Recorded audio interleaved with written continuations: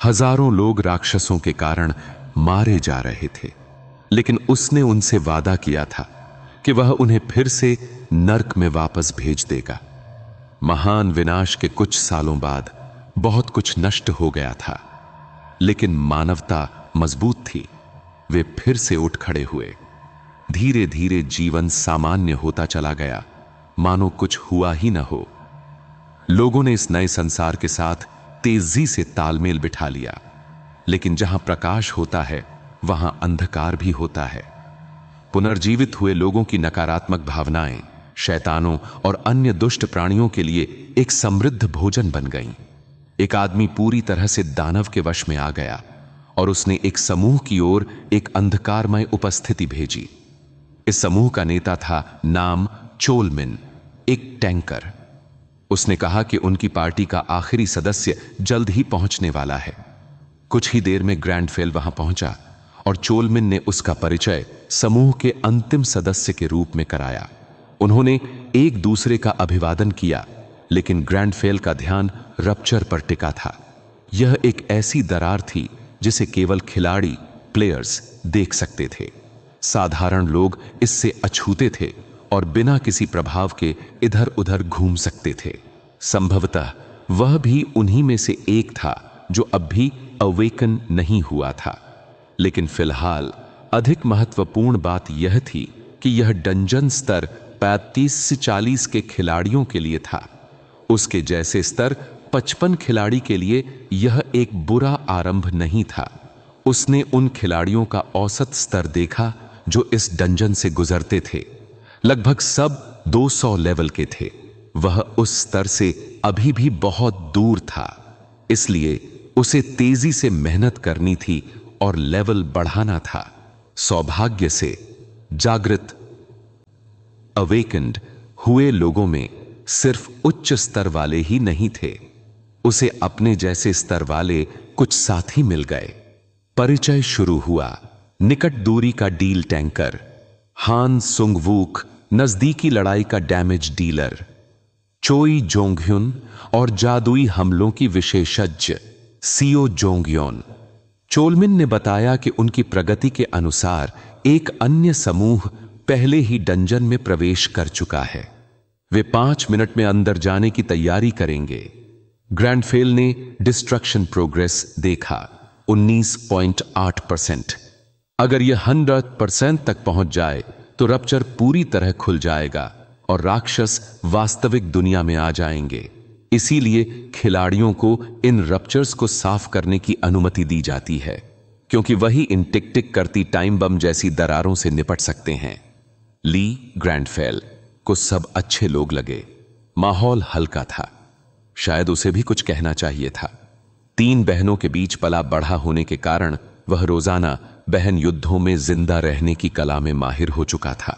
इसलिए उसने माहौल के साथ तालमेल बिठाते हुए कहा, चिंता मत करो, मैं यहां हूं। कहते ही उसे पछतावा हुआ। समूह ने उसकी बात को पूरी तरह नजरअंदाज कर दिया। उसका अहं आहत हुआ और उसने चुप रहना ही बेहतर समझा। वे नल अंडरग्राउंड स्टोरेज में दाखिल हुए, जो दिखने में एक पुराना टूटा फूटा स्टेशन था, जहां हर जगह खून के निशान फैले थे।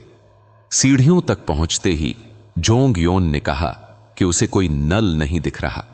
चोलमिन ने आश्वासन दिया, शायद पहले वाले समूह ने सब साफ कर दिया हो। लेकिन ग्रैंडफेल को कुछ अजीब लगा। अचानक कुछ नल दिखाई दिए। चोलमिन ने सबको लड़ाई की तैयारी का आदेश दिया, पर बिना चेतावनी के खुद ही उन पर टूट पड़ा। बाकी लोग चकित रह गए। ग्रैंडफेल ने देखा, उनका फॉर्मेशन पूरी तरह बिखरा हुआ था। टैंकर, जो सबकी रक्षा करता है, वही बिना सोचे समझे आगे बढ़ गया था। डैमेज डीलर बचाव में लगा था और मेज पूरा भार उठा रही थी। क्या अब यही नया तरीका है? फिर भी वह कुछ कह नहीं सकता था। उसके पास उपयोगी हथियार तक नहीं था। उसने अपनी इन्वेंट्री खोली, लेकिन कुछ भी काम का नहीं था। उसे कम से कम तब तक जिंदा रहना था जब तक उसे कोई सही हथियार न मिल जाए। तभी अचानक एक तीर उसकी तरफ आया और उसकी बगल में जा लगा। वह दर्द से पीछे हट गया। छाया में कई नल छिपे हुए थे जो तीर बरसा रहे थे। ग्रैंडफेल ने तुरंत चेतावनी दी और छाया से नल बाहर निकल आए। समूह ने मिलकर अपनी रक्षा शुरू की, जबकि चोलमिन भाग गया। गुस्से में जोंगह्युन ने उसे पुकारा, लेकिन इसी दौरान एक नल ने उस पर झपट्टा मारा। तलवार बस उसकी गर्दन से कुछ इंच दूर थी कि तभी एक तीर सीने में धंस गया और नल वहीं ढेर हो गया। वह तीर ग्रैंडफेल का था। ये राक्षस ऐसे ही नहीं सीखेंगे, उसने ठंडे स्वर में कहा। सजा जरूरी है और मैं वही दूंगा। जोंगह्युन ने उसकी मदद के लिए धन्यवाद कहा, हालांकि वह उसके बोलने के तरीके से थोड़ा उलझन में था। इस बीच समूह को आगे के नलों को रोकने में मुश्किल हो रही थी। दो नल चुपके से निकलकर सीधे जोंगह्युन की ओर बढ़े। वह घबरा गया। उसे समझ नहीं आ रहा था कि क्या करे। ग्रैंडफेल ने उसे शांत किया। आने वाले किसी भी दुश्मन का सामना मैं करूंगा, तुम बस अपने जादू पर ध्यान दो। जोंगह्युन ने सिर हिलाया और मंत्र पढ़ना शुरू किया। ग्रैंडफेल लगातार तीर चलाता रहा। कितना वक्त लगेगा? उसने पूछा। बस थोड़ा ही, जोंगह्युन ने जवाब दिया। आखिरकार उसका जादू पूरा हुआ। सब पीछे हटो, उसने चिल्लाया। मैजिक सर्कल से आग के गोले निकले और एक विशाल विस्फोट हुआ। सारे नल पल भर में जलकर राख हो गए। जोंगह्युन दौड़कर ग्रैंडफेल के पास आया। क्या तुम ठीक हो? ग्रैंडफेल ने शांत स्वर में कहा। अपनों की चिंता करो। इस बीच जोंगह्युन ने अपने साथी को हीलिंग पोषण दिया, लेकिन उसके भीतर गुस्सा उबलने लगा। वह तेजी से चोलमिन के पास गया और सख्त लहजे में पूछा, तुम क्या सोच रहे थे? क्या कर रहे हो? तुमने पूरे समूह को खतरे में डाल दिया। चोलमिन हल्का सा मुस्कुराया, फिर जोर से हंस पड़ा। जोंगह्युन ने कहा, इसमें हंसने लायक क्या है? उसने ताना मारा, अगर तुम्हारा मशहूर भाई ना होता तो तुम्हारी कोई औकात नहीं होती। सोचते क्या हो अपने बारे में? एक घटिया इंसान हो तुम। अचानक अंधेरा छा गया। चोलमिन के चेहरे पर दानवी मुस्कान उभरी।